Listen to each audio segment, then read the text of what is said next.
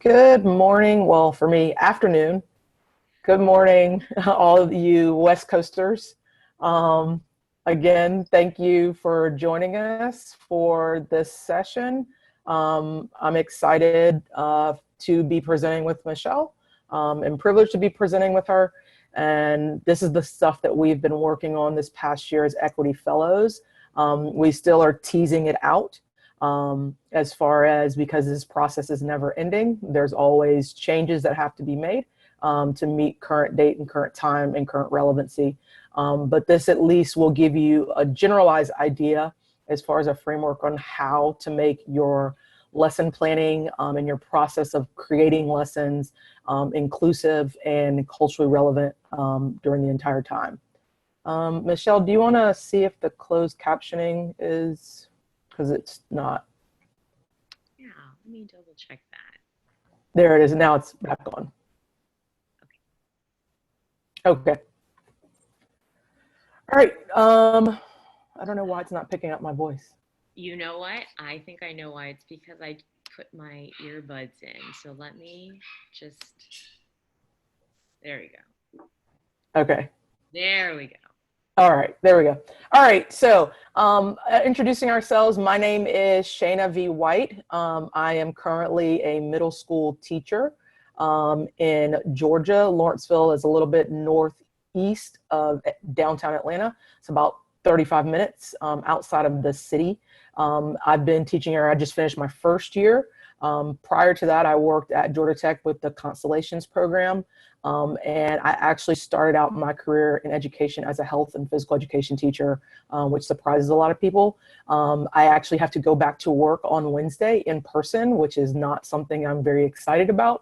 Not because I don't like teaching, but because I fear for my life, but it is what it is. I go back to my 16th year starting in education next Wednesday, and I'm excited to be here today. And I'll turn it over to Michelle. Thank you so much, Shana.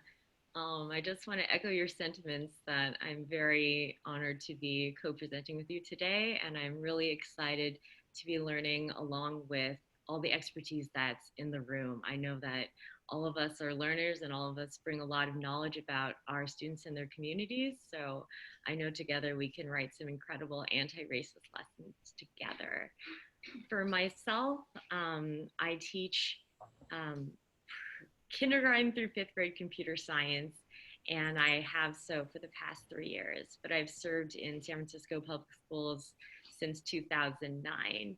And yeah, I'm just want to emphasize that I'm a learner just like you are. So I'm just excited to share what is possible in just a short amount of time.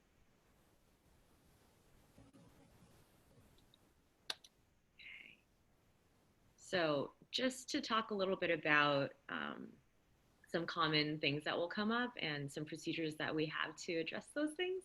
If you have questions, Shana has put in the chat already that we have used, we've selected poll everywhere. So if you open this on your phone or in a different tab of your internet browser and go to pollev.com/CSTA, I believe it's not case sensitive.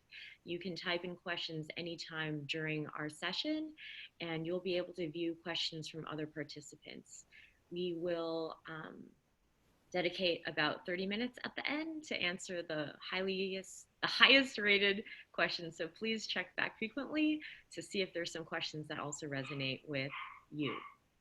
The second thing that we ask is that we'll be looking for a really active chat, and we really encourage that because we want this to be as interactive as possible. And we know that from distance learning that there's just different ways to engage people now. So please feel free to use the chat and also the DMs if you see someone say something and you want to follow up with them specifically. We encourage that.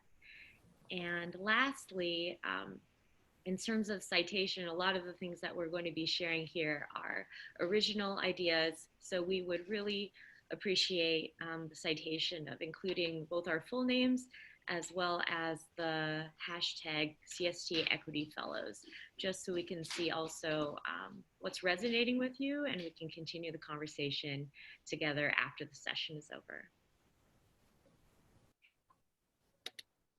All right. Somebody's already asked about the slides. We decided from the first session, what we'll do is once we get with BT and CSTA with the recordings, we will send out the actual link to the slides at the same time. So you'll get at the end of this our certificate, which we'll talk about a little bit later. You'll get the recording, and then you'll also get a copy of the slides that you can have access to. So we'll make sure that we get you a copy of the slides when you get the copy of the recording. So we're going to start off, this is our agenda, and I'm going to start off talking about identity because that's a huge part of this work. To become culturally responsive and to become an inclusive teacher, you have to actually understand identity and all of its different forms and how those identities inform our practice in our classrooms.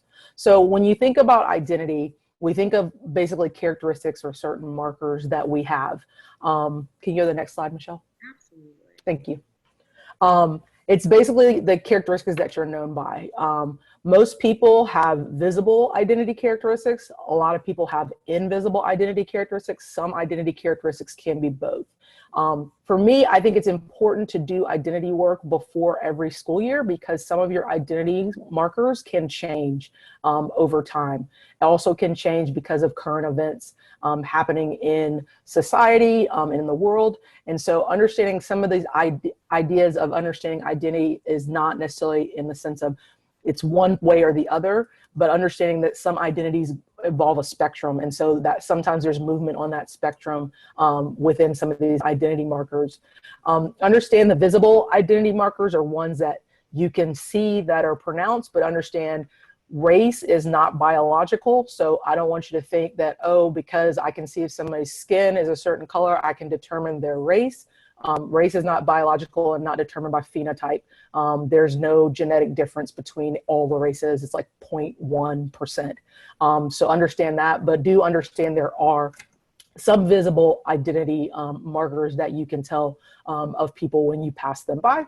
It actually helps us group people into both large and small groups.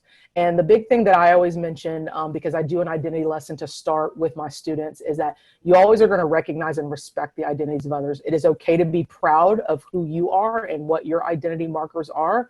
But in that same process of being proud, you're always going to respect and recognize.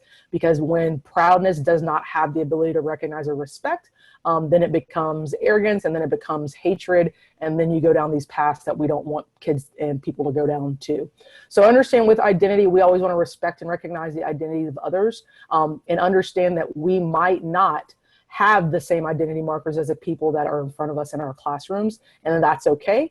But understanding that our identity markers do impact what we bring into the classroom and do impact how we teach in the classroom.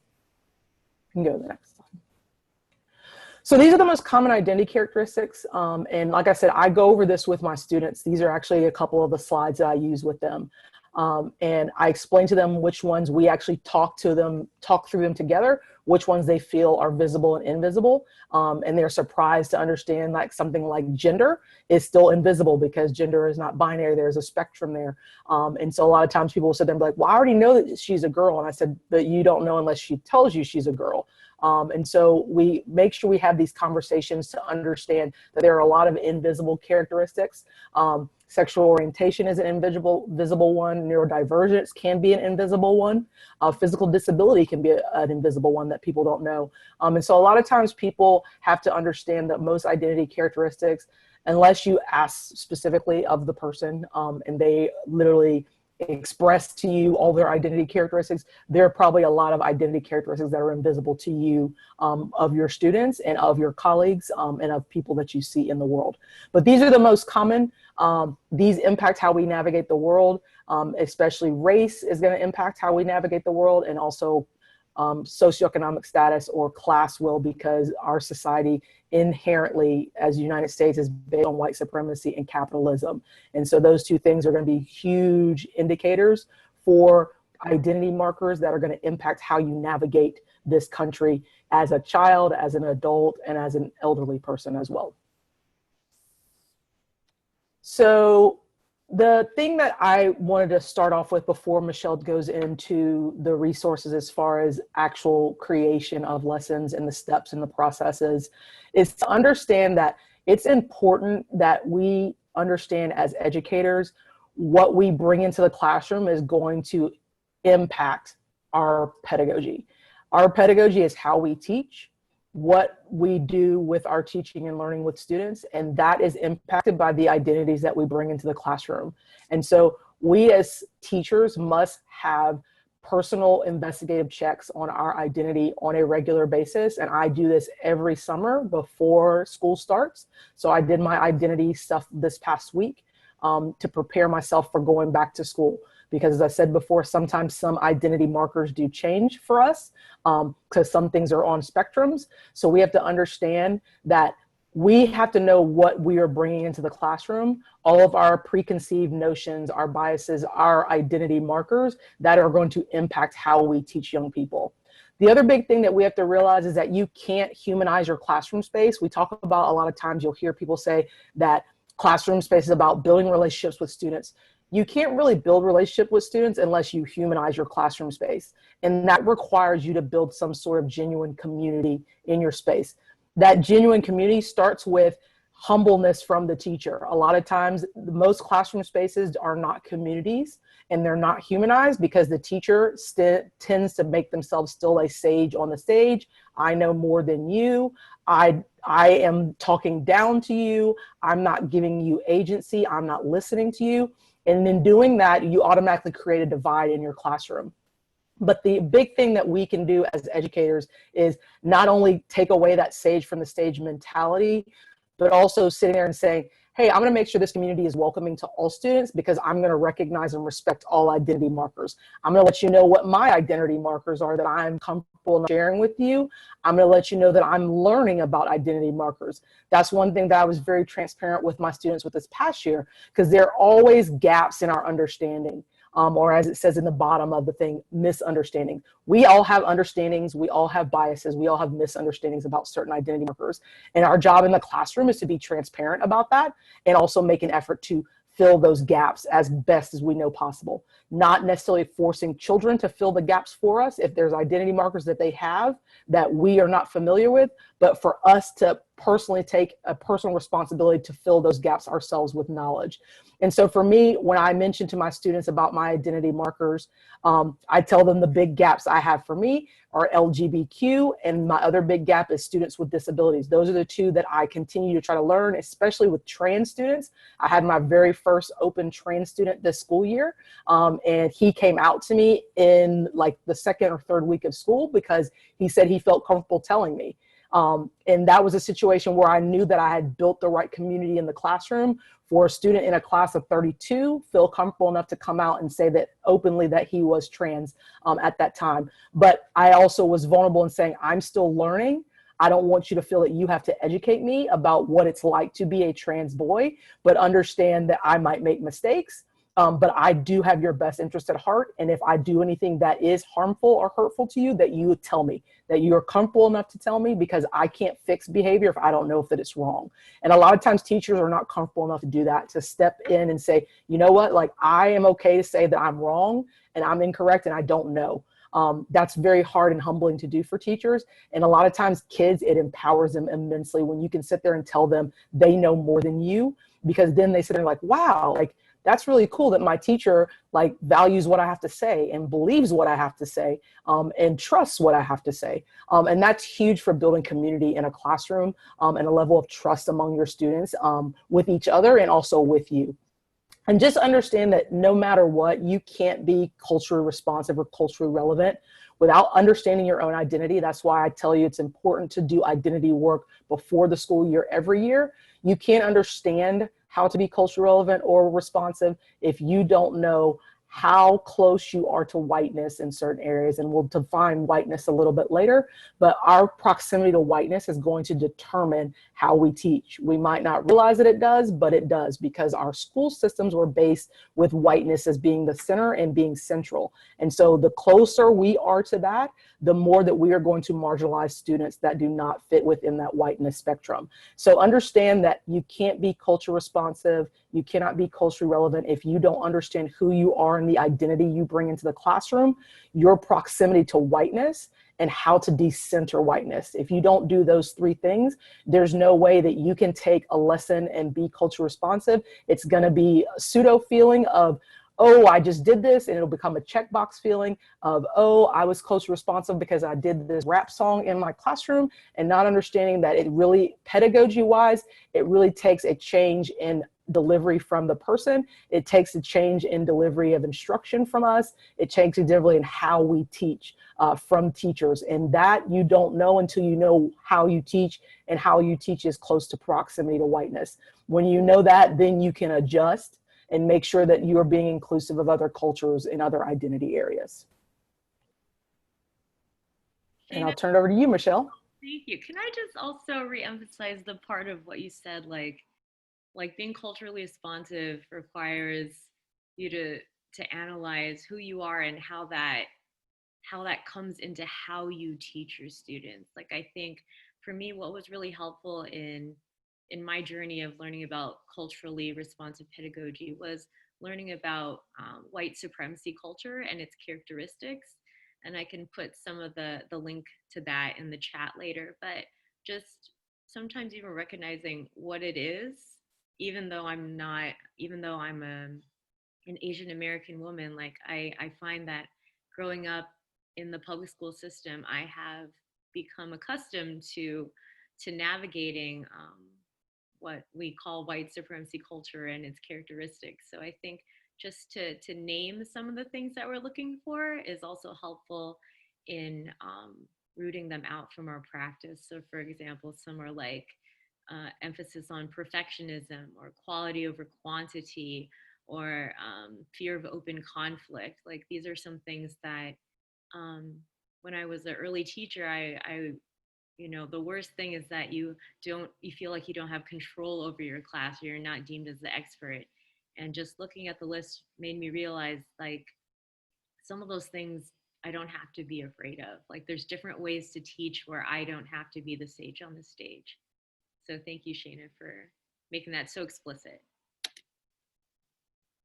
So I believe many of you are here today to explore Shana and Mai's idea about anti-racist lesson procedure.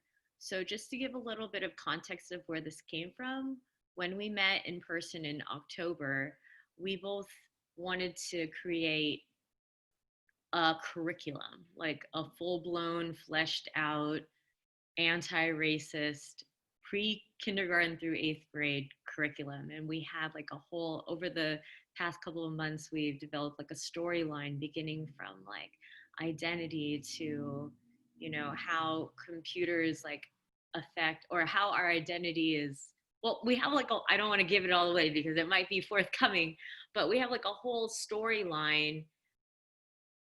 But we realized it was going to take too long to like develop it all and bring it out. So instead, we wanted to share something that we thought could be applicable to any age range. So especially since high school and secondary are reflected in today's session, we want to share instead like a procedure.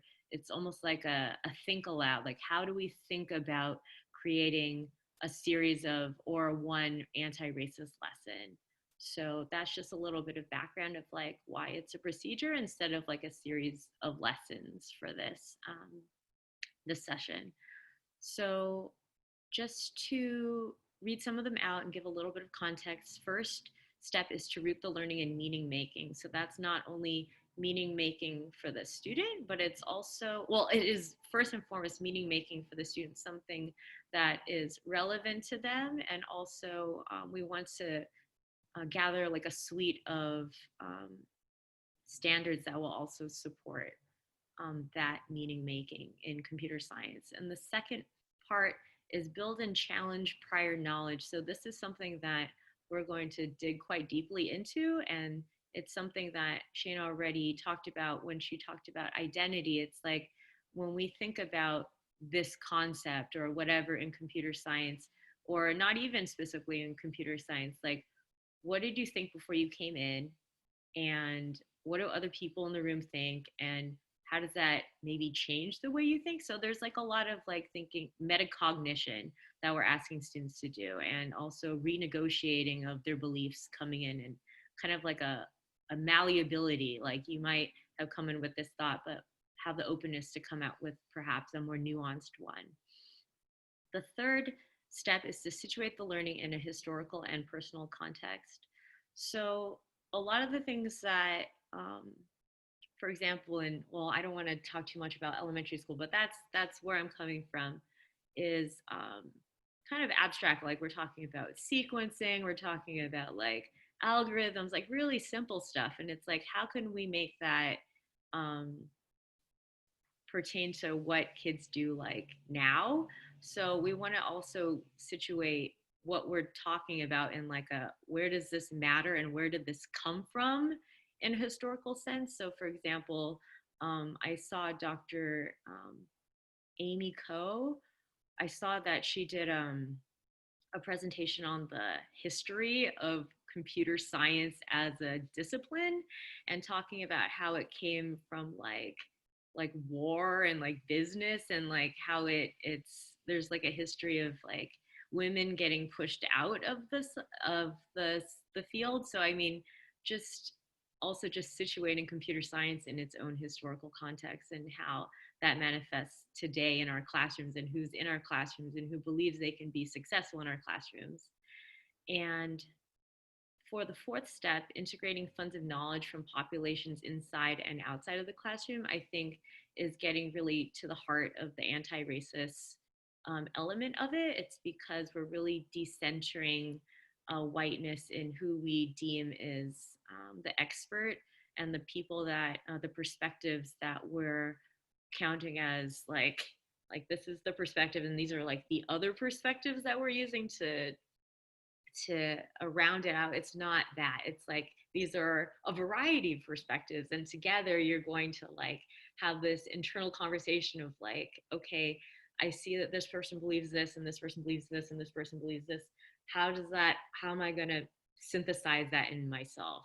And is that going to challenge some of my thinking? So this is all before the kids do like the work. Like there's so much background knowledge and just wrestling of like where you came in and where you're going. So those are the 4 out of 6 steps that we're actually going to be focusing on today. Shana, did you want to add anything? Sure. I'll just talk about 5 and 6 just briefly, just because we're not going to focus on them. The big thing that I do with my students when we're setting product goals is I don't want the same product from every kid. I don't want everything replicated. I want something unique that literally that a student can identify with and say, this is mine, and it doesn't look like anybody else's. And so the big thing that I do to help facilitate that in my classroom is we set I can goals. Sometimes we have essential questions, but the I can goals are very easy, and they're very general, so that students know that like I'm not looking or caring about the final product looking the same. I just want your process and how you do it to be pretty similar. So in the sense of one of my I can statements is that I can successfully collaborate with a classmate on completing an artifact. That's a very broad I can statement, but it's something, a part of the process that I want them to emphasize, that they can successfully collaborate. We've already talked about what collaboration looks like, and had those discussions before we do any type of partner or paired work. But we understand that being a collaborator, that there's multiple parts to being a very successful collaborator, and that by finishing this project or this assignment that they're going to do, that they've successfully had to collaborate in order to do it. So I make sure that my I can statements are broad, but they also are specific in the sense of that they are going to accommodate a specific need that I want for this project, not necessarily a specific outcome, but a specific need that I want the kids to grow and learn from this project. And then taking the learning beyond the classroom, that's the big thing as far as decentering who is considered the experts. A lot of times I try to bring in guest speakers. I try to make sure that I bring in people from the community. I let kids bring in what issues are affecting the community.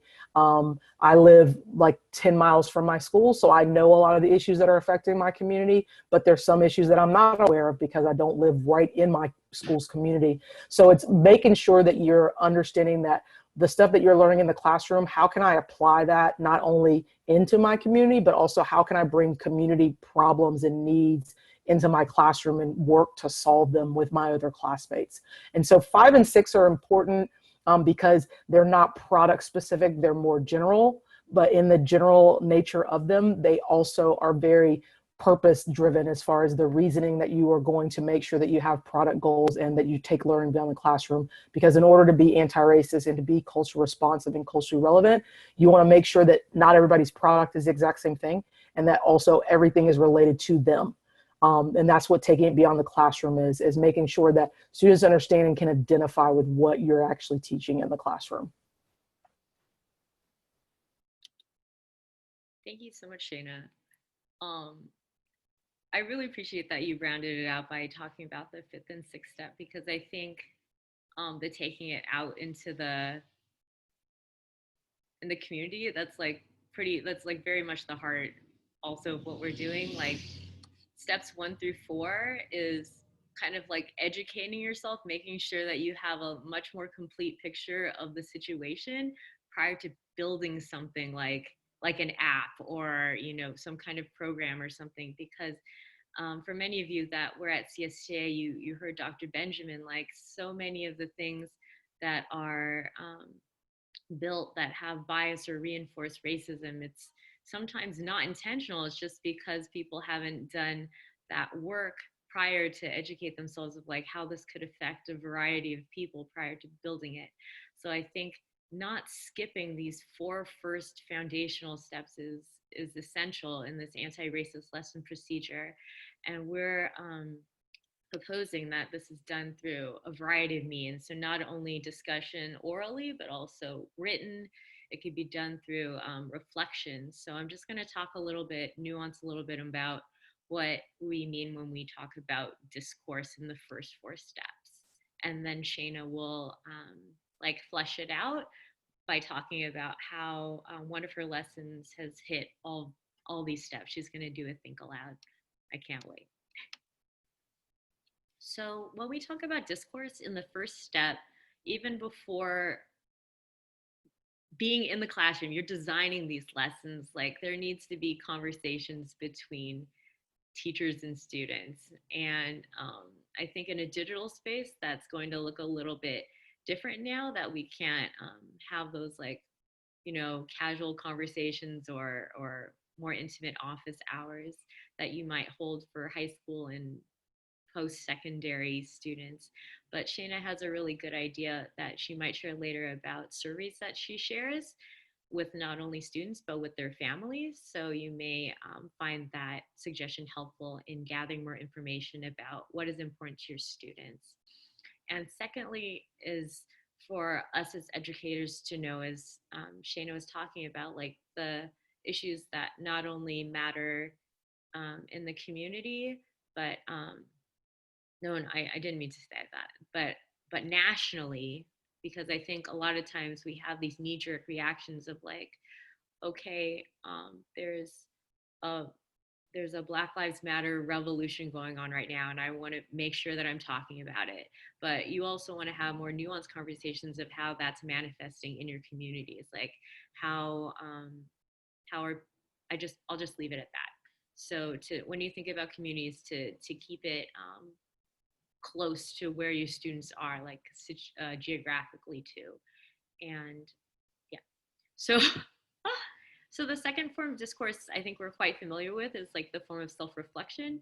So that could happen like I think this is when you're already in the room with your students. Like there's some time for them to think about, okay, I'm coming in with this kind of understanding, and we want to give them that metacognition scaffolding to be like, okay, where did I get this idea from?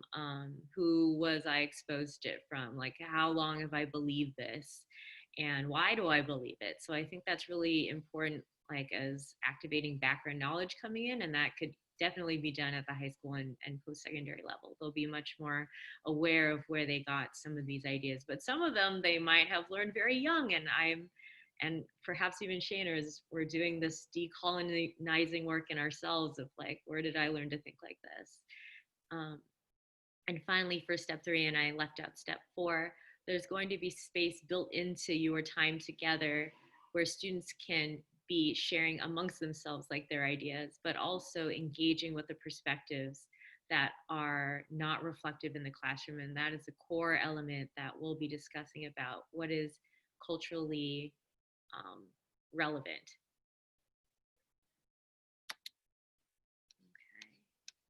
All right. So some of the essential things that you should know about culture responsive pedagogy and culture relevant content. The first thing about the pedagogy, and we've already mentioned this before, is decentering whiteness. And a lot of times I have to define whiteness because a lot of times we just think that it's related to race, but it's related to this idea that stems from white supremacy, that there's a certain group of individuals that are considered neutral or norm or the default. And so understanding that whenever I decenter whiteness, I'm making sure that those norms are not considered norms anymore, that other people that have been pushed to the margin because of those norms are no longer pushed to the margin. So when we think about whiteness, whiteness is going to center white, cis, hetero, male, able-bodied, neurotypical, Christian, financially secure beings, okay? So when I think of whiteness as a definition of that it's centering those identity markers, anybody whose identity markers don't match is automatically going to be pushed to the margins. So my job in decentering whiteness with how I teach is to make sure that I am including everybody that is not considered whiteness or the default. Because whiteness is automatically going to be considered the default, and I have to actively decenter it and make sure that other identities are represented and included in my teaching and in my discussion and in any of my processes as far as me teaching and learning with my students. The next big thing that's a big part of culture responsive pedagogy is asset-based thinking about students, and also asset-based language. We hear a lot of times that people want to sit there and say, those students over there, or these parents don't do this and this and that, those types of things. And that language is deficit-based. I always like to bring up the point that even using, I work at a Title I school, that's a deficit-based language. Title I just tells me how your kids eat lunch. They do not tell me anything about how they learn. And so a lot of times people want to sit there and say, I work at a Title I school, or I work mostly with kids that don't have money, or whatever the case may be, whatever quantifiers that we want to use. And it's speaking from whiteness being centered, because once again, as I said, socioeconomic level is a part of whiteness. People that are financially secure are close to whiteness. And so if I automatically am saying, I work with Title I kids, that's literally like a whistle in my head that this person is working with Black and brown kids and they just don't want to say it. It's okay to say that you teach Black and brown kids. It is okay to use that as their identity markers, but don't use Title I as an identity marker for a kid, because it does not tell me anything about that child. And it's deficit thinking when you're considering thinking about any child that you label them as a Title I kid. So make sure, don't say Title I kids. It's okay to say, I work with Black and brown kids. I work with Latinx students. I work with large ELL population. It is okay to name things as they are and not use language like Michelle mentioned before that helps center whiteness when you talk about quality over quantity, or you talk about anything that's going to be perfectionism based. Title I is a cute way of basically grouping a group of kids in a deficit language. So you want to make sure that you stay away from those thinkings and also that language whenever you are being culture responsive with your pedagogy. The other big thing that culture responsive pedagogy does is it decenters the teacher and elevates student voices and elevates student perspectives, and making sure that their interests are also included in what we're doing. If something is relevant to kids, they are more likely and more apt to engage in it. When something is not relevant to kids, they are more likely to put their head on their desk and not engage in it. So understanding that if I'm being culturally responsive and culturally relevant with my pedagogy, how I teach, that I'm making sure that student interests are involved in what I'm teaching. Now, a lot of times people will say, well, I teach like social studies, or I teach this and I teach that. And the thing that I always mention to people when they're thinking, because the culture responsive pedagogy involves us as the adults, as the teachers in the classroom, changing how we do things, that we are supposed to bring our subject area to that, not the other way around. What a lot of people want to do is they want to bring culture responsive teaching to CS, bring cultural responsive teaching to social studies, bring it to ELA. Your job is to be culture responsive and have culture responsive pedagogy and bring your content to culture responsiveness. And a lot of times people do it the other way around. So keep in mind when you bring culture responsive pedagogy, and that's the forefront, and you're bringing the content to it, you don't lose anything. A lot of times people think you do, but you do not lose anything. You will lose things, and it will be more surface-based and pseudo-feeling if you bring culture responsive to your actual subject area. And then the last thing, last two, is the genuine internal work by educators. So genuinely, teachers have to actually do this work. And that's the hardest part, is getting teachers buying into doing this work, because there's a lot of things you bring to the classroom, and your identity and your thinking and your biases have a huge impact on how you teach. And understanding and deconstructing those biases is a huge part of being a successfully culturally responsive pedagogy as far as your teacher. As far as the content, the first thing that I always do with any type of activity or lesson is I try to name the dominant voices and perspectives in that lesson. Whose voice is being amplified or heard, or whose story is being told. Like, what perspective is the story being told from? And in most cases, most of the curriculum that we have in our schools is being told from a white or a Eurocentric lens. And understanding that that is what the purpose of how it's being taught, that my job is to, of course, decenter whiteness. And so I have to make sure what voices are not being heard from this perspective or from this lesson. So I'm intentionally including the voices and perspectives of marginalized people, but I'm also making sure that I'm purposeful in doing this. And I mentioned it and likened it to seasoning chicken, and Michelle laughed when I said this in the last session, but it makes sense when you visually think about it. A lot of times people want to treat culture responsive pedagogy or culture responsive content teaching like seasoning. So after you bake the chicken in the oven, you just put salt and pepper on top of it. So I can see it. It's almost like diversity. That's the same thing diversity is. Diversity is white is still central, and I've put seasoning on top of it so you can see different colored flakes on the thing.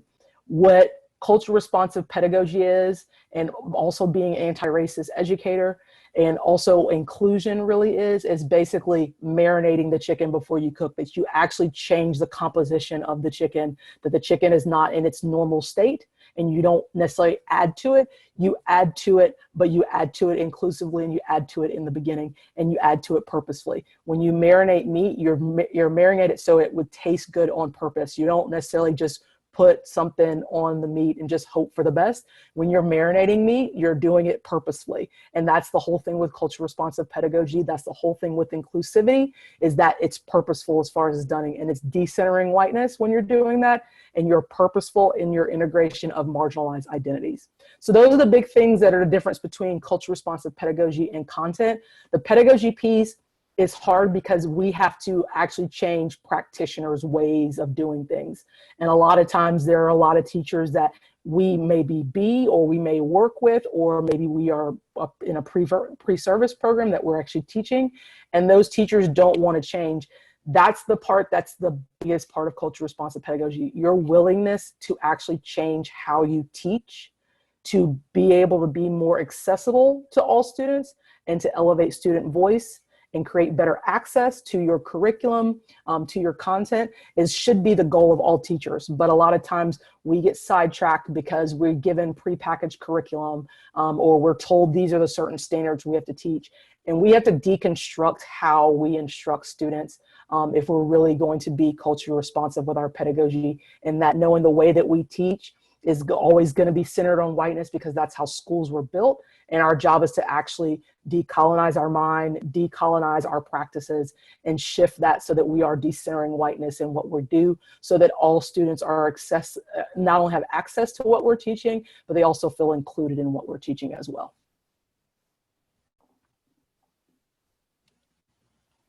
Shana, can I just say for the veggie lovers out there, we could also be marinating tofu. Okay, sure. I'm not a tofu fan, but yeah, sure. All right. So I'm going to think aloud. Michelle's going to do her lesson too, even though most of our audience in this is mostly like higher education as well as like 9 through 12. But we do have curriculum providers in here. And so I want to make sure that they're at least exposed to the thought process of your lesson, so that they understand how you came about your lesson, even though it's working with like younger learners, with third graders. But I also want it because it's powerful, because a lot of times people think we can't do this work with younger kids, and actually the younger kids are the ones that really want it.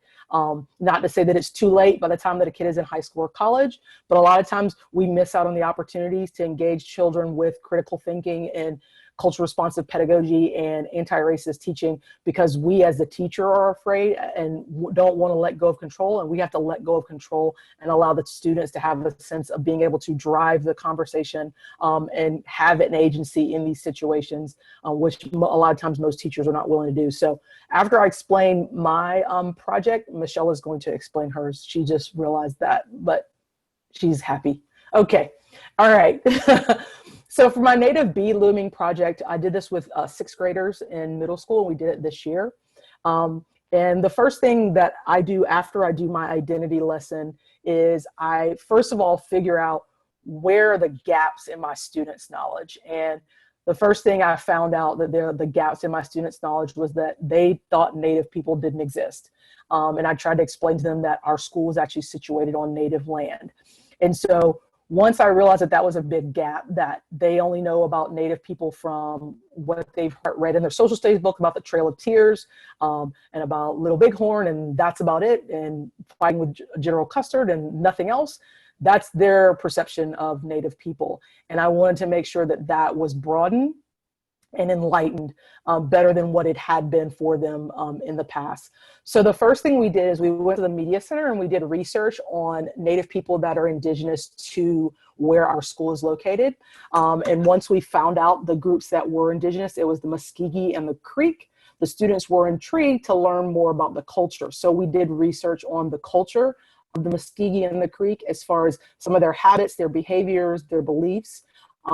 Some of their customs as far as like eating, living, their living arrangements, those types of things. So that you're basically helping kids paint an accurate picture of a group of people rather than what they maybe have seen on TV or what is characterized in the media sources that are always going to be, like I said, centered in whiteness or Eurocentric from that lens. So once they studied that culture, I went and found a local Muskegee Native man to speak to our students.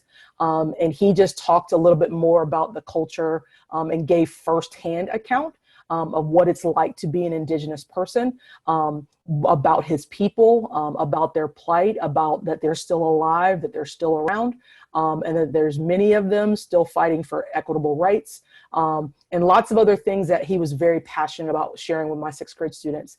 And once they heard that, they were like, wow, like, I can't believe, like, we didn't know that Native people still existed. Like, he's right here. Like, he exists. He's right in front of my face. And I said, exactly. And I said, there's a reason that that happens.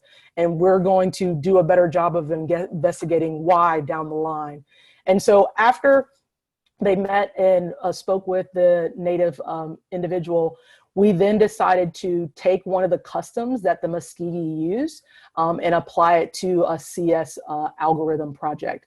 So basically we found out from the Native man that Muskegee and the Creek and a lot of Native cultures use bead looming as a process to storytell. So they have oral storytelling, but then they also use bead looming to tell stories, to pass down stories generation to generation. And so my students were like, okay, like, we should do something similar to that. And I said, you know what, I think that's a good idea. And so basically how I set it up, again, I did not want the same product from everybody. I just gave them parameters for the project. They had to work collaboratively with another student. They had to write like their actual story, and we gave them specific parameters as far as what their ELA teachers wanted them to accomplish, as far as like use of alliteration, a certain amount of adjectives, that type of stuff. So we had parameters for their written part. And then for the CS part, they actually were going to develop the pseudocode for the algorithm to put together their stories. So they actually were going to actually make their own bead looms. So they basically received 5 rows of yarn or string, and they received tons of beads, and they were tasked with the task of making sure they told their story or the theme of their story with a bead loom. So they used a bead looming pattern, and they had to understand the algorithm of the pattern of how they put the beads on to be able to tell that story. When they were telling their story, a lot of their themes were resilience, love, friendship, family, loss, and I let them pick what they wanted to do their story on. And it was great to see kids talking about personal things, talking about like friendships they had in school, how maybe somebody had actually lost a relative recently, and how that loss had hurt their heart. There was a lot of passion behind their stories because it was personal to them. They were able to tell their own stories.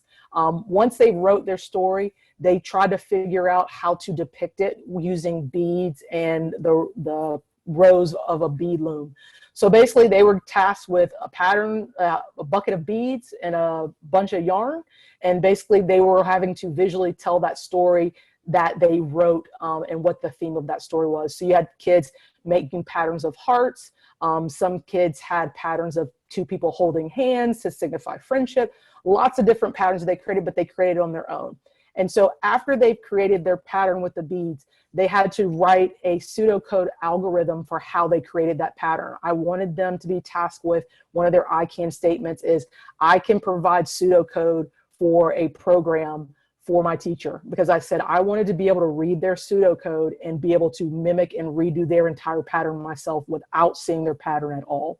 So they had to basically go through the steps and the algorithm of how they put the beads on each of the bead looms, how many loops they did, if there was any steps that they repeated, if there was a variable involved with maybe some sort of bead that was different than the other kind of beads, whatever the case may be, they brought in CS concepts to this process of developing this algorithm in pseudocode.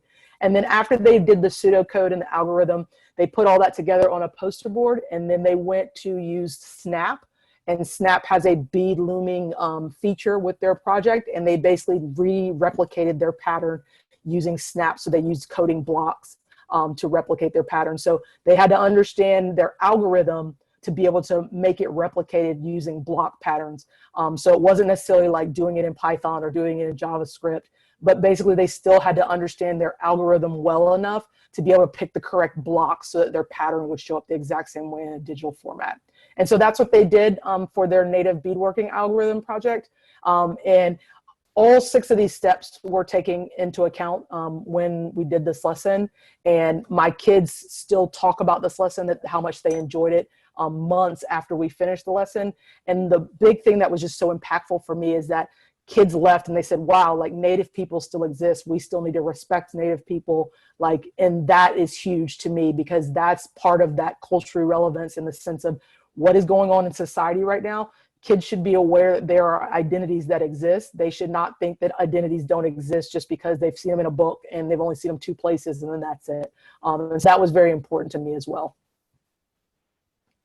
Thank you, Shana, so much for sharing that example. I think your example really fleshes out, gives life to these 6 steps that may seem more abstract at first glance.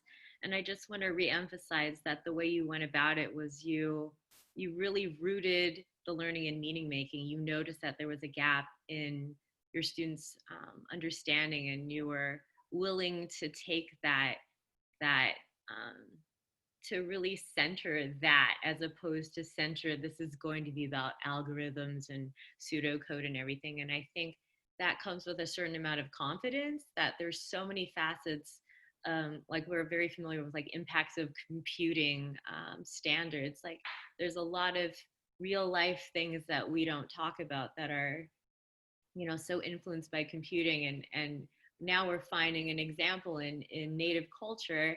And that's really like integrating the funds of knowledge from populations inside and outside of the classroom. Like, I think that part was really powerful, in that, you know, maybe when we look at bead looming, we don't see computer science, but why don't we see computer science? Like, it's obviously right there. You did a whole series of lessons on it. So I just wanted to re-emphasize that, like, beginning with that gap and your knowledge of what students know was critical in this process. And of course, your expertise in computer science knowledge, like, you knew where to just fit it in naturally. It wasn't like you're stuffing in Native American information into a CS lesson. It was the other way around. And I think also including the Muskogee, how do you pronounce his tribe?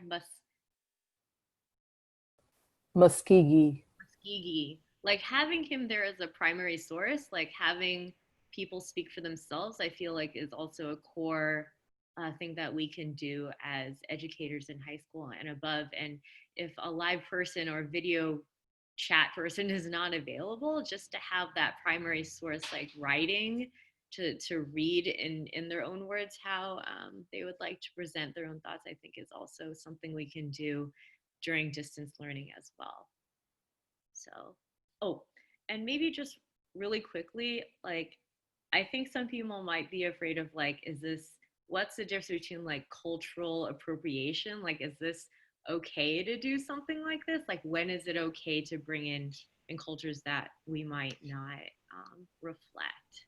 Because so for right, Yeah, I think that is one of right, those things. you know, Yeah, that's one of those, I don't want to say like sticky areas, but it can become a sticky area. For me, when we spoke to the native elder, he was like, he was honored that we were thinking of doing a bead looming project. And that it was like, he didn't see anything wrong with that. Now, I understand that's just his perspective, but we took, because he is Muskegee, that it was not offensive, that we wanted to have our students tell stories in a similar way to that his tribe does.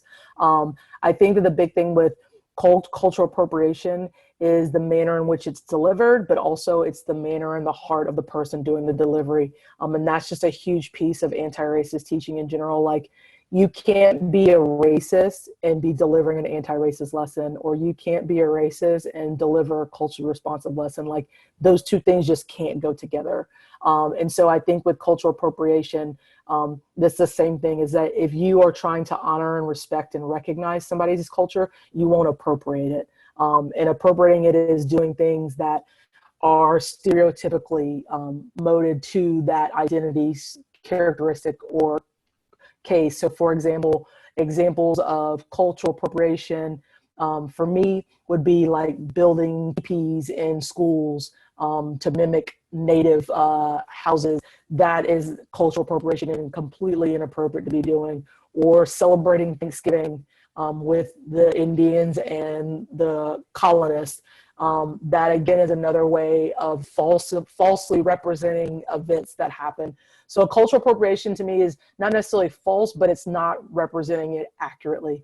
And when you're not representing something accurately, it's due to either lack of knowledge from your part, and that that gap in your knowledge base as it relates to that specific culture or that specific identity. Thank you so much, Shana. So what I'm also hearing you say that it requires some discourse between yourself as an educator and people from that identity group, like checking, like, is this okay? I think that's also important. Okay.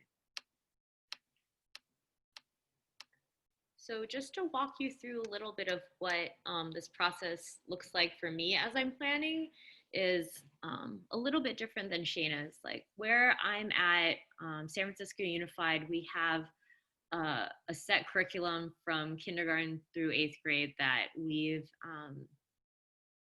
some of it is original, some of it we've remixed from the Creative Computing Guide from out of Harvard for Scratch, and then some of it is like from code.org, like CS Discoveries.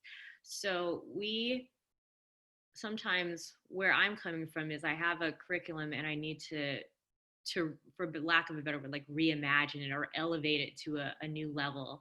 And I'm also working at a district level, so I have a lot of influence in how lessons are revised and edited. So sometimes, and also how teachers are trained in the lessons. So sometimes after we train teachers in like the regular curriculum, I'll go into my schools and I'll try out, ways that I believe make it a little bit more culturally responsive or culturally relevant to my students. So for the past 2 years, I was teaching at Harvey Milk Civil Rights Academy, and many of you will recognize the name Harvey Milk as a civil rights pioneer for the LGBT community. And this school is situated right in the heart of the Castro neighborhood of San Francisco, where many important events happened. So this school has a culture of discussing civil rights heroes and discussing issues such as like, yeah, one of my fifth grade classes, they were talking about like food justice, and different classes were talking about, civil rights heroes. So there's definitely not a shying away from talking about race and racism at this school. So I knew that from my understanding of the community, I knew that a lesson that would bring up the movement of Black Lives Matter would not be like their first exposure to it. So this lesson I first piloted back in the fall of 2019 when I heard of the murders of Atiana Jefferson, Botham Jean, and Joshua Brown by police officers. And I just was trying to figure out how can I have this conversation with students about who is considered important in our culture. And I think that's something that we could even talk about in high school and post-secondary.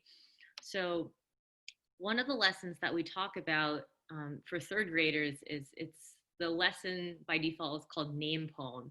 And it's asking students to think about their own names and to share a little bit of themselves in this project. Like you click different things on the screen and you'll learn different things about, the name. So I wanted to push that idea a little bit further and think, what are some other names that we could be elevating? So I started out by thinking about, okay, we want to build and challenge prior knowledge. We want to make personal connections. How would you want someone to say your name? This was just an open question. It was really easy to jump in. I want somebody to say it nicely. I want them to say it with love, with care. I want them to pronounce my name properly. Like there were a lot of ins for this very like low level question. So I think that's something we can leverage. It's like a really easy in that's very personal. And then after that, we talked about, just again, very low level, who's heard of Black Lives Matter. And then there'd be like hands or thumbs up or yes. And I accepted all those different forms of participation because I understand that students have different ways that they feel comfortable interacting in a space. And that's something that we think a lot about when we talk about being culturally responsive. We want to give students multiple ways of weighing into the conversation, and each one is considered just as valid as the other.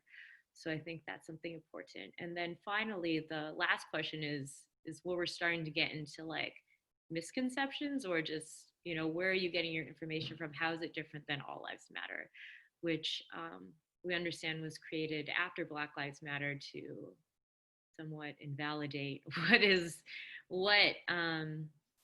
what the core meaning of Black Lives Matter is, which is addressing that there's disproportionate violence and systemic oppression against people who are Black in our country and world. Okay, so after we had this time to like discuss as a group, so we're sitting there on the rug. This could be done virtually in a chat. It could be done on what do they call those? Like they have those boards where they have like you can put little post-its up and read and respond to other people. So there's lots of different ways that this can be done virtually as well to build and challenge prior knowledge. To ask, where did you learn this from? Where did you get this information? And then again, in third grade, what it looks like to situate the learning in a historical and personal context was I chose to make a project, a scratch project about Alicia Garza, who's one of the 3 people who were really integral in launching Black Lives Matter. And I also selected Alicia because she lives just 20 minutes across the Bay Bridge from where the school is situated. And she also won an award by a nonprofit in the Castro area, the Harvey Milk Democratic Club. So just including information like that situated Black Lives Matter in a more like personal and historical context. So let's see.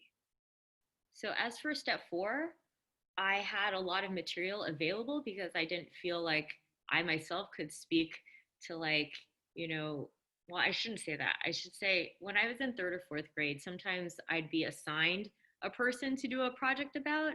And I know that's not the case in high school and college now, but I just had a lot of resources available, like for students to choose from. So in these different books, Rad Girls Can, as well as Modern Her Story, they center contemporary activists, contemporary women that are non-binary, that are Native, that are disabled, that are Muslim, that are all different intersectional identities. And I think selecting the sources is something that we as educators have like a lot of sway over. So being really careful and looking for sources that reflect not only a variety of identities, but also as close to in their own words as possible is essential.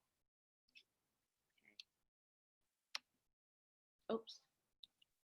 And then maybe just as an epilogue, after they did, like we were talking about, like before you even launch into the creation of an artifact, you really have to wrestle with what you thought you knew and what you now know, given all these different inputs, and synthesize it in a way before you put it out into the world. You want to put out like a responsible, rounded picture of a situation before you create something and become part of the conversation. You want it to be an educated part of the conversation, not just something you heard and are now just passing on. So in this third picture, the book is open and it shows an illustration of Ava DuVernay, who's a very celebrated filmmaker and activist in our country. And this student, this third grade student, chose her to research on, and then if you see in a worksheet below, put in the facts and like what's going to happen. So this is like a sequencing lesson, like where does this even relate to computer science? So we're making a project where if you click on, you know, the A in Alicia, the L, the I, the C, the I, the A, different things happen. And so we're talking about like, okay, after I click the A, this happens, then this happens, and this happens. So it's a sequencing lesson. So we're able to map that out in this worksheet. And then I tweeted this. The reason why I'm talking about this is that I tweeted this picture and I tagged Ava in it because I wanted this student to be part of the conversation, for her to have access to who she is trying to like elevate and have it go both ways to change the power structure. And Ava replied, and she liked the photo. And when I came back and told the class, they realized that what they created in Scratch could have like impact outside of the classroom, and that even encouraged this particular student and others to create additional projects. And another student, she chose Ruby Bridges, and through her research, we realized, even myself included, that Ruby Bridges is still alive today. So just saying, even at a third grade level, we can be, you know, addressing our misunderstandings and understandings, and also sharing of who we believe is important through our work.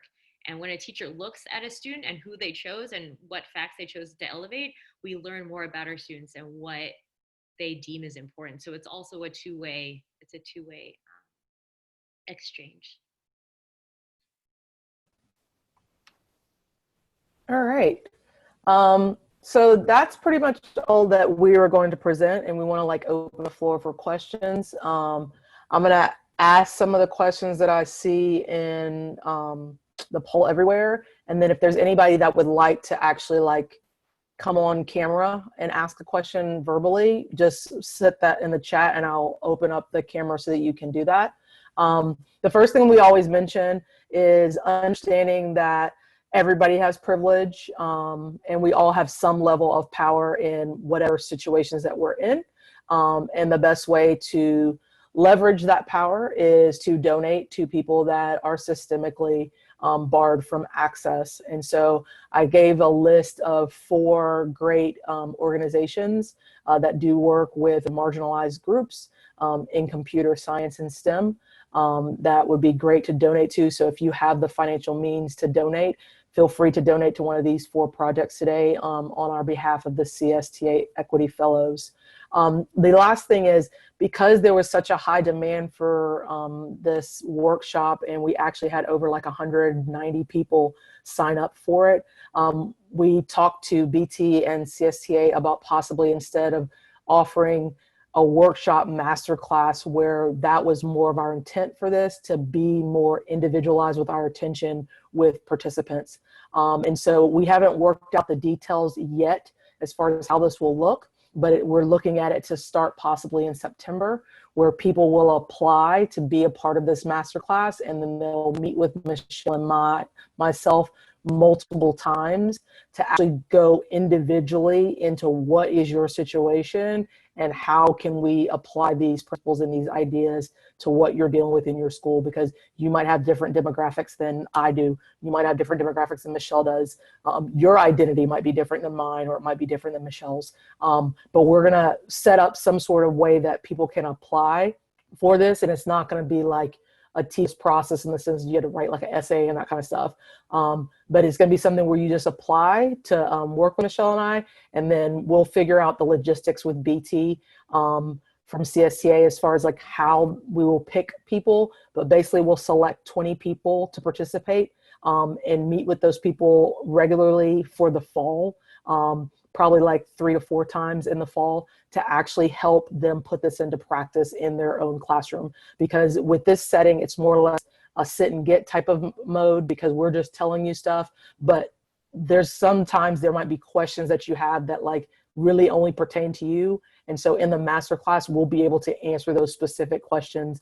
We'll do identity work in more detail, like I do with my students in the class, and we'll do some other things within that master class. But that's not tentative. It's definitely going to happen. But as far as like how it's going to happen, we haven't necessarily put those logistical pieces together. But do know it'll probably start in September, and it'll be something where you'll meet with Michelle and I like 3 to 4 times this fall, and it might be like on a Saturday or an evening or whatever the case may be. Like I said, we haven't figured out all the logistics, but we'll select 20 people to participate in this masterclass to continue your learning about being culture responsive and anti-racist in your teaching. And then the last thing is, BT was nice enough to make certificates for attending the session. So you'll get a certificate in an email that said that you participated in this 1.5 hour session. We will also send you the link to this video, and we also will send you the link to the slide deck. So all of that will be in one email together when you get it. I think BT will hold off on the certificate so we can just send everything in one package deal, but we'll send the certificate, the recording to this session, and then also the slide deck, so you can have access to those 3 things. I'm going to read some of the questions, and then, like I said, if you have a question, if you want to just mention in the chat that you want to ask it, or you can ask it in the chat, whatever's easiest, let me know. The first one is one that was really big in the last session, and I think that we need to address it in this one. This person asked, as a teacher in a predominantly white middle-class district, what strategies do you suggest to engage students to be culture responsive? And Michelle, I'm going to make you answer it this time because you had to answer it before.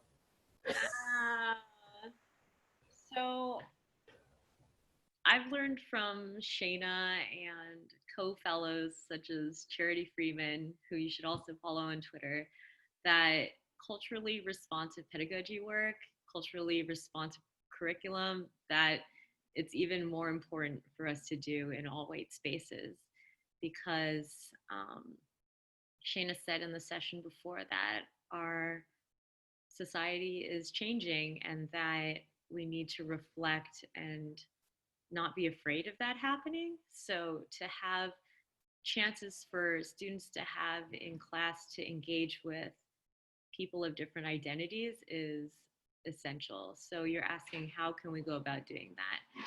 So to reaffirm what Shana has already done and said is, you can bring in people from the community to speak firsthand about their experiences with something.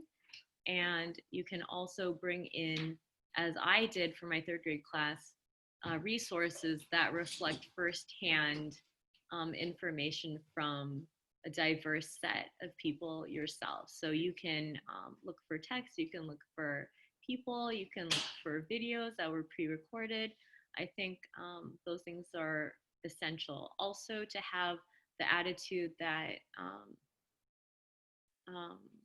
reflecting people uh, of different cultures is something that is to be done throughout the year and not reserved to, for example, Asian Pacific Islander Month or Black History Month is essential for people to not compartmentalize people to a certain time of the year, that we are relevant and in existence at all times of the year. Yes, and just to piggyback off of that, the big thing is that the work must be done in white spaces because white is the majority of the spaces in education right now. As I mentioned in other presentations, over 82% of the educational workforce is white. You have most superintendents are white male, over 90% of school superintendents are white males. And so if you already have a system that is centering whiteness and then has white people to help reinforce that whiteness, the decision to be culture responsive and anti-racist has to be active, and it has to be an intentional decision to do. The big thing is, like I said before, is that it's not that you just do culture responsive teaching to do culture responsive teaching. Remember, your job is to change the way you approach the classroom, the way you approach teaching and learning, and then you bring your content along with that rather than the other way around. So it's not just a quick fix. It's not a check off the box. It's not, like I said, the sprinkling of the seasoning at the end of my baking of my chicken. It's the intentional desire and the intentionality of saying, from the beginning, I'm going to make sure that all identities are represented in my space. All voices and perspectives are represented in my space as accurately as possible from primary sources, or actually getting those individuals into my spaces and exposing them to my students. The other question that somebody wanted to ask, and I'll go into detail about the masterclass again. So the masterclass, like I said, it's still kind of like a preliminary thing. We have to knock down the details with BT, but basically what's going to happen is we'll select 20 people that apply, and it'll just be a general application. It won't be something like super detailed, but it'll be a general application.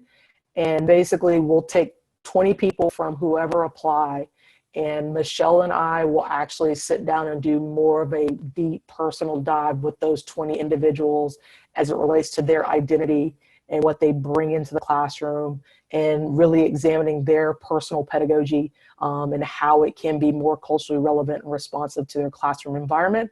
And also help devise, like if there's a need, help devise specific lessons. If maybe somebody wants to do a lesson and they're like, okay, I really would like to bring in this aspect. Maybe as Michelle did Black Lives Matter, I brought in Native culture. If you want to talk about something else that's related to another ethnicity, maybe you want to bring in something about LGBTQ, and I want to talk about this, how can I do this and bring CS into that? That's what the masterclass is going to be for, to actually give you specific individualized attention as far as this process and as far as moving along the spectrum to become more culturally responsive with your pedagogy, and understanding that it's not a destination, that you're constantly growing. I'm constantly learning, Michelle's constantly learning, everybody should be constantly learning, but understanding that it's not a destination, that everybody has room to grow. And I think being vulnerable enough to admit that you have room to grow is a huge first step in this process in the beginning. The only other question that somebody asked is, okay, do we have any advice about building a safe or brave environment in a remote environment when personal conversations might be more difficult? How, oh wait, I feel like students need to want it as well as the teacher, but it's hard if they're not open to it. And I'll let you think, Michelle. What I always preface everything is during the pandemic, that was emergency teaching. That was not virtual teaching. We were teaching in the middle of a big pandemic that is still ever present in our country right now. And that was literally, we were learning on the fly. Teachers were not equipped. Many were not able to teach effectively virtually online because it's not something that is in their skill set. They were paid professionals to teach in-person students. And so having to pivot to virtual teaching in the middle of a pandemic, I think it's an unfair thing to assume that teachers did a terrible job. I think most teachers did the best they could with the circumstances that they were given. I think with many districts possibly starting remote in the fall, setting up how you create community in a virtual classroom is going to look a lot different, and it's actually a lot harder, unfortunately.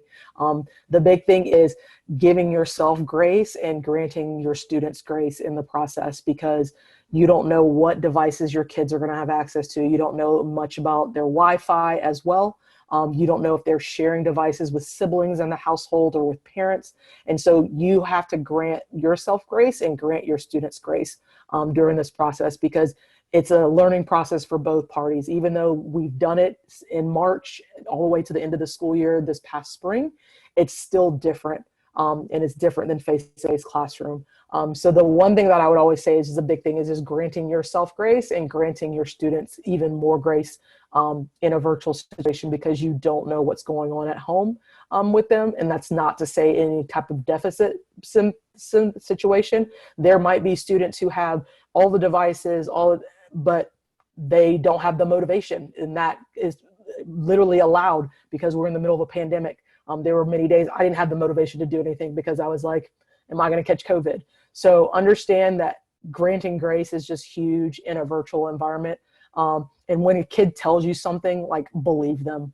A lot of times when kids come in and they maybe didn't bring their homework in, or they tell you something, our first inclination as teachers is to assert our authority and not necessarily believe kids. But I think in a virtual environment, you have to believe kids, and they're going to be honest with you 99% of the time.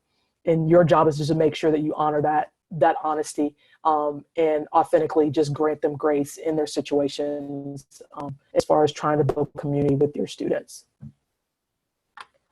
Shana, can I just echo that Yeah. point about just honesty with yourself? I think when I think about going back to virtual teaching in the fall, what I'm going to really focus on is just also being very human myself, and just coming as my full self and being like,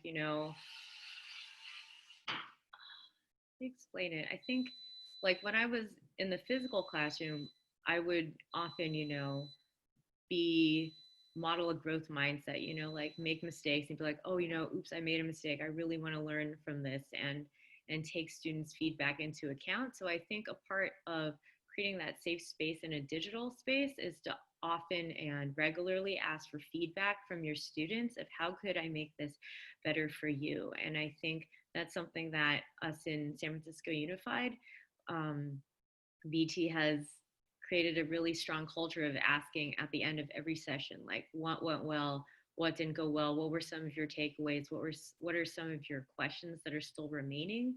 So I know that that's a lot of work as an educator to have to look through that, but I think that will go a long way into creating a space that is not only safe but also accountable. Like, you want to not only ask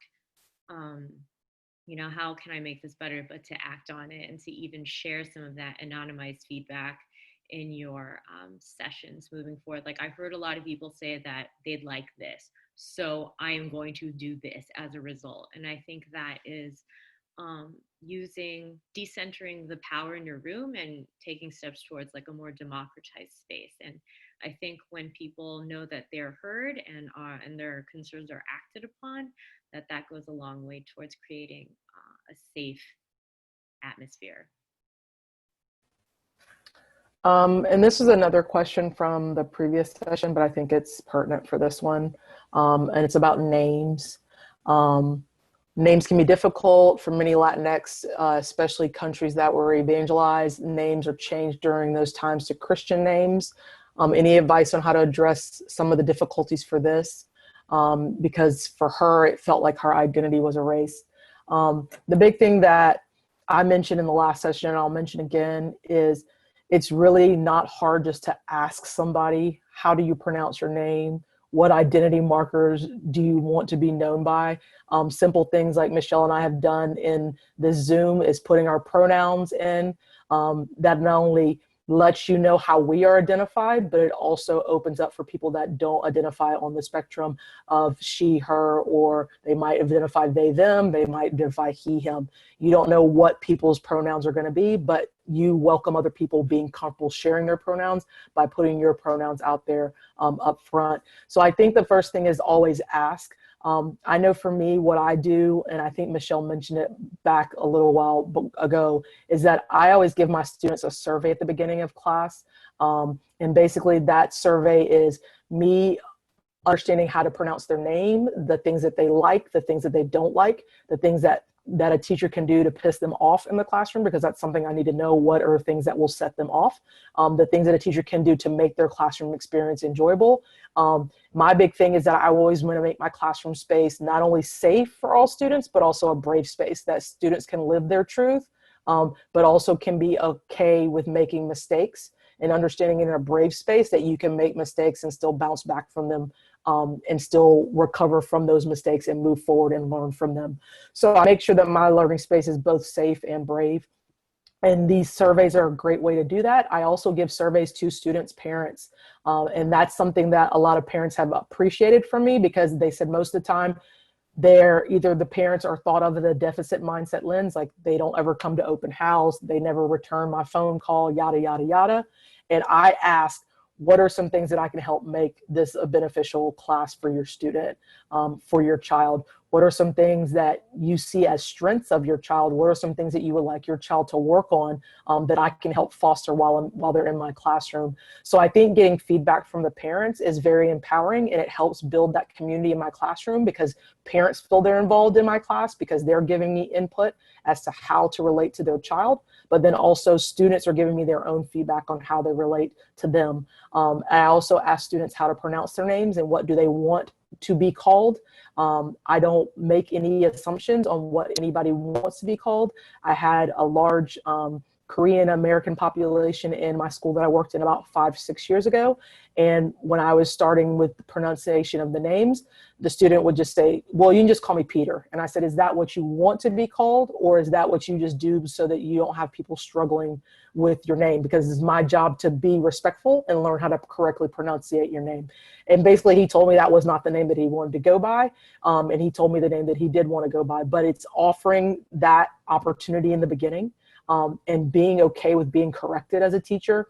That's one thing that I think teachers, we do struggle with. Teachers have egos. We do. We might not want to admit it, but we do. And being humble enough to say, let a child correct you is a very big thing. That's going to help a lot with the stumbling blocks that you might face during this journey, is that it's okay to be corrected. You're not going to know everything, and you're not going to be right all the time.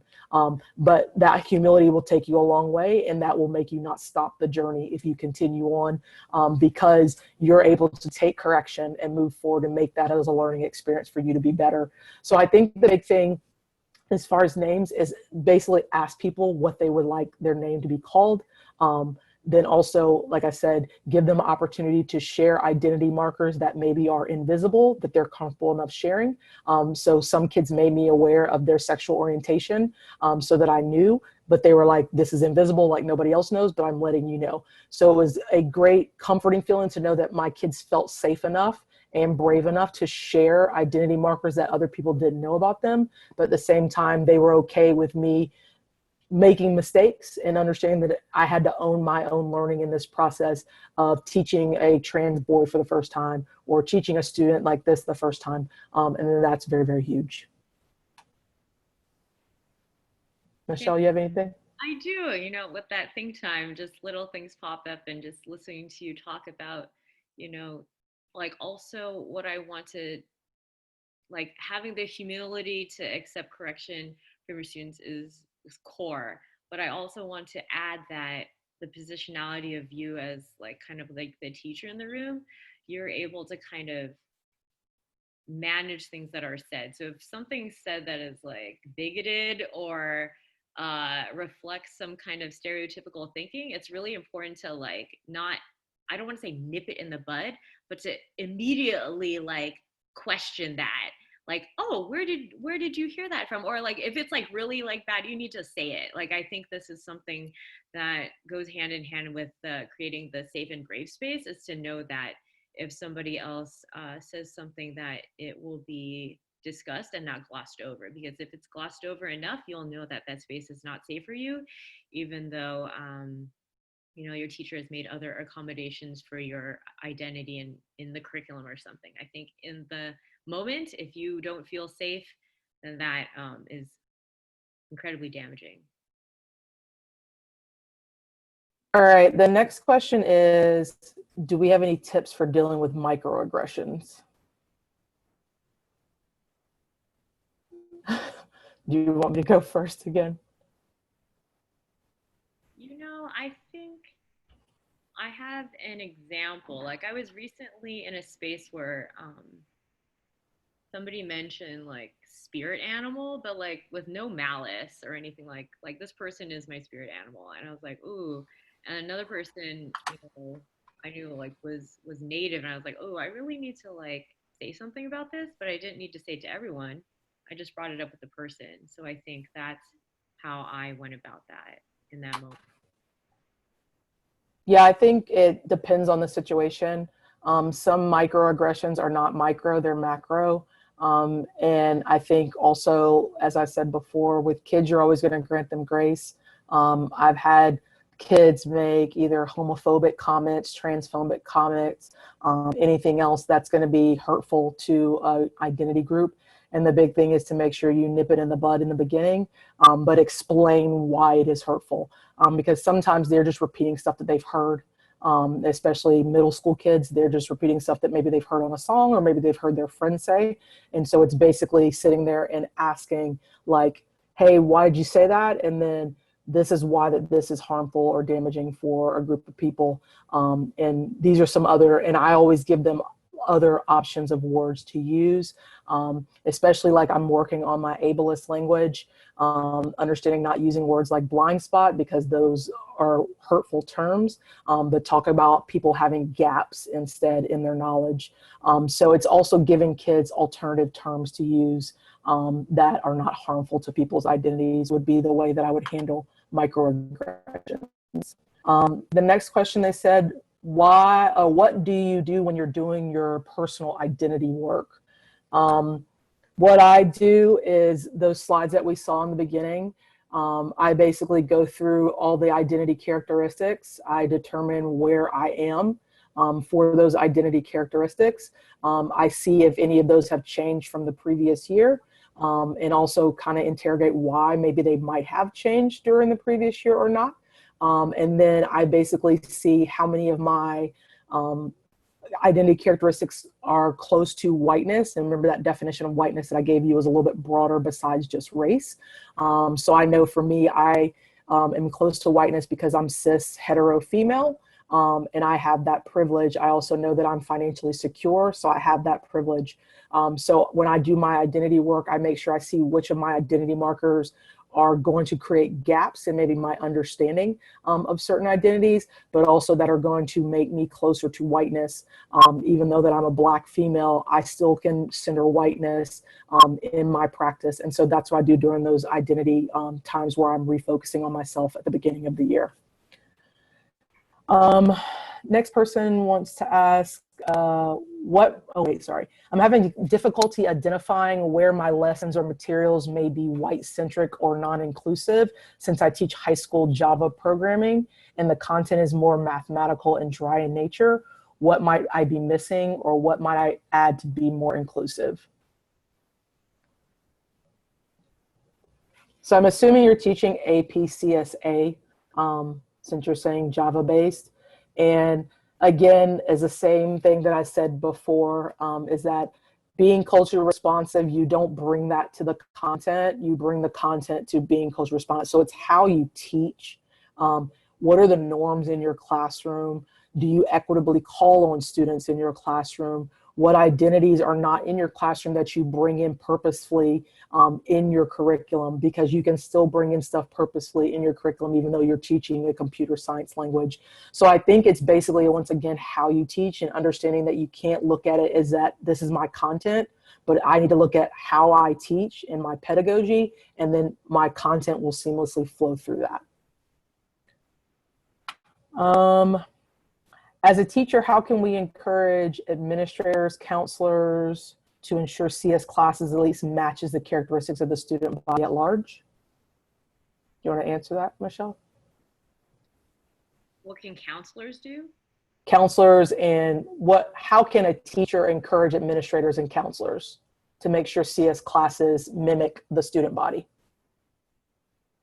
That's a great idea. I think my mind is going in two different places hearing that question. So first, I think about directly recruiting students by talking to them one-on-one and saying, this is something that I believe that you're going to be really successful at, because I'm doing some metacognition right now. I feel like I heard somewhere, I saw somewhere, I read somewhere that if you tell someone that you expect that they will be good in computer science, that they will rise to your expectations. So I think we've heard a lot about holding high expectations for students, but we also must like explicitly say that to them. Like, I really think that you'd be really good in this space. So that's the first prong that I can think about. And then a second is like recruiting as like not like one person at a time, but I read this book called Stuck in the Shallow End by Jane Margolis and other authors from UCLA, and they talk about how it's really important to not only recruit one person at a time, but friend groups. So I think that's a conversation that you would then continue on with counselors, and that we're not just going to put like a couple Black students in just to make it look diverse. It's like having a conversation with them, like, this is some things that happen in the class, and there's some things that you have to look forward to. So I think it has to be much more personal and involve the student than just talking between educators. But I do think that counselors that think, I've definitely heard some counselors say like, oh, they need to be good in math before they take computer science. And I think that needs to be a myth that gets dropped quickly, or it's a sign that the class menu needs to be diversified more, so students feel like they can have success in one class and then continue to any that might have like advanced requirements. I think having a menu of classes to choose from is very important, but I know given budgetary reasons that's not always easy.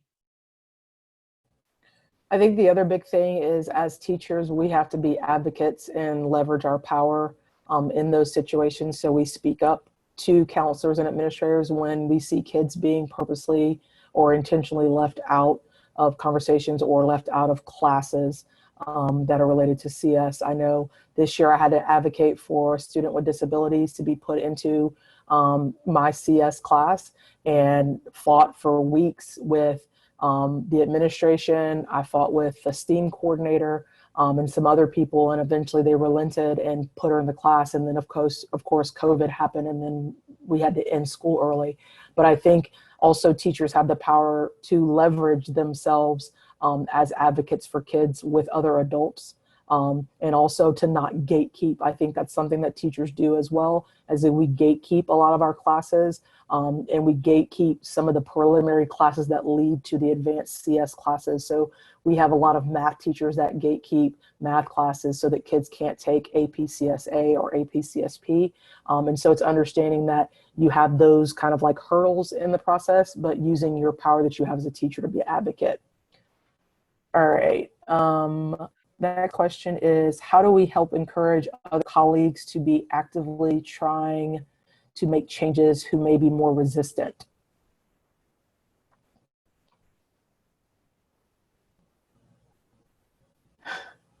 I don't know if you want my answer. I think if you're ready, you should go. But I think my gut reaction would just be like, I'm going to try it out. I'm going to, share all my resources, be like, this is how it worked out in my classroom. Like, here's everything. come watch me. Like, I think part of it is just like, it seems too scary and undoable, but if you can see someone else do it and debrief some of the specific moves that you use, then it's like, oh wait, I could do that, or I already do some of that kind of stuff. So it just demystifies that being an anti-racist teacher means you're, talking about white supremacy culture all the time. It's talking about having the classroom, the acceptable behavior and content of the classroom is wider than it was already. It's not taking white culture out of things. It's just widening the circle of what is allowed and celebrated and awarded in our classrooms, be that behavior or work. The other thing that I would just mention is I've learned that peer pressure never ends. And when kids talk about being in a teacher's class that talks about stuff that's relevant to them, that talks about issues that they care about, that actually listens to their voice, that word gets around and the pressure ends up going to other teachers, because then their friends go into their teachers' classes and say, well, they did this in Miss White class. Like, why don't we do that in this class? And peer pressure works. I mean, you might not believe it does, but it still works in a school setting with teachers. Is that kids, when they are enjoying something, they are going to talk about it, and then other kids are going to ask, why do I not get that? And that's a part of that equitable education type of thing. So that's going to be one way that'll happen, is if all these activities and lessons that you're doing, kids are excited about and enjoying, they're going to start talking to their friends, and then their friends are going to start asking their teachers, well, why aren't we doing this in this class? Because we're doing the exact same, we're both taking AP CSP, or we're both taking a computer science course. So I think that's a big thing, is to make sure that you use that power that you have as a teacher to make sure your stuff is engaging for your students, and let your students engage in a little peer pressure of their friends. And then the other thing, like Michelle said, is making sure that you make yourself as accessible to people, as far as like debriefing, allowing them to visit your classroom, allowing to even model in your classroom if you have time. But the other thing is, people are going to change when they want to change. So if somebody is that resistant, sometimes it's not worth the effort. Once you've given a legit effort to a person, they have to be willing to change themselves. It's no lesson, no checkbox, no thing you can do to make somebody want to do this. They actually have to physically want to do that. So I would say not to exhaust your efforts to try to change somebody if they're not really willing to change too. All right, the last question that I saw was, I teach AP CSP and I'm having trouble thinking about where I can find the freedom in the curriculum to include culturally relevant lessons. Any suggestions for this?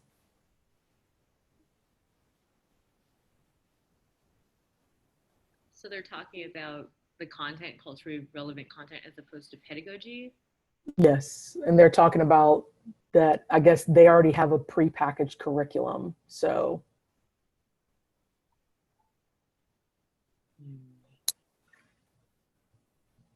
I'll just say, while Michelle is thinking, very hard, as I mentioned before, to bring culture responsive to CS. You have to bring CS to being culture responsive.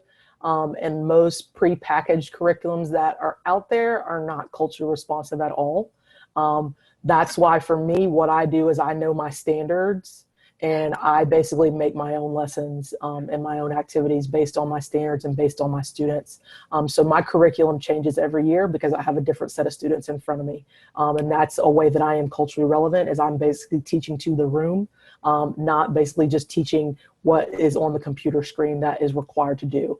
So I think the big thing that it's hard to say, I don't know what type of flexibility you have.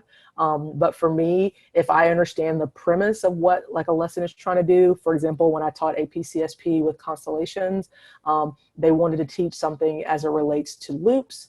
And so they had like basically some other project that they wanted to do. And I took what they wanted to teach and changed it to, okay, let's do this. You're going to create your own unique sprite in Scratch.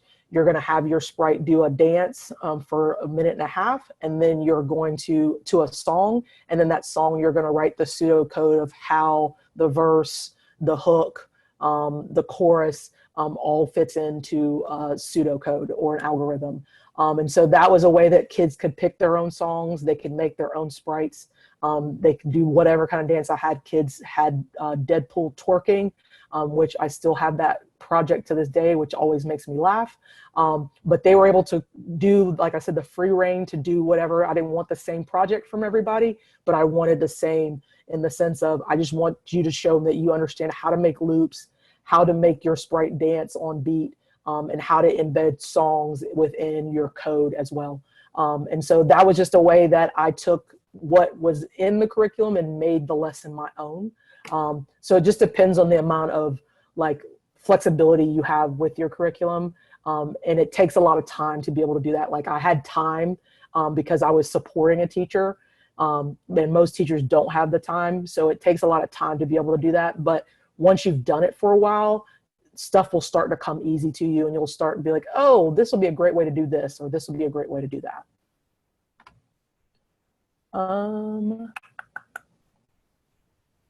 Let's see. I think that was, oh, somebody wants me to repeat the definition of whiteness. Okay, so the definition of whiteness is going to be centering people that have these identity markers, and that's cis, heterosexual male, able-bodied, neurotypical, financially secure, and Christian. So whiteness centers those identity markers. So if you have any of those identity markers, that increases your proximity to whiteness, but you can also have some identity markers that do not make you close to whiteness. But whiteness, our school system is basically set up for that identity marker: white, cis, hetero, male, Christian, able-bodied, neurotypical, financially secure, to be successful. So everybody else is going to be marginalized outside of those. What about low income term as it describes it, I suppose? I mean, low socioeconomic level that's not a deficit term, that's a factual term. So I think the big thing is just use factual terms rather than doing, like you said, Title I, because when I hear Title I, it's usually a white teacher saying it, and I know that they mean Black and brown kids. And I know that there are a lot of kids in rural areas that are white that are low socioeconomic background. So when I would want to describe my students, I would say my school is 98% low socioeconomic level. And that way I'm stating it factually, but not stating how they learn or quantifying them based on how they learn. I think that was the last question. I apologize, I didn't see, the questions were not refreshing in my thing. So Eva, or Ava, I don't know if I'm pronouncing it right, Eva Anderson, thank you so much for putting the questions in so I can see them. Eva, gotcha. Eva, thank you so much for putting the questions in so I could see them, because they weren't appearing on my thing. It was only the questions from last time. Let's see. I think that's all the questions that we have that she put in there. Thank you, Eva. Thank you so much for joining us today. Like I said, you're getting a copy of the recording. You'll get a copy of the slides as well, and then you'll get a certificate of participation. And then be on the lookout from CSTA with information about the masterclass once we figure out the logistics of it to apply. And like I said, we'll take 20 people and be more personal and intensive and individualized with our understanding of identity, but also just like how to be really culturally relevant with our pedagogy as well. Michelle, do you have anything else? I'm feeling happy. Thank you so much for joining us. Have a good afternoon.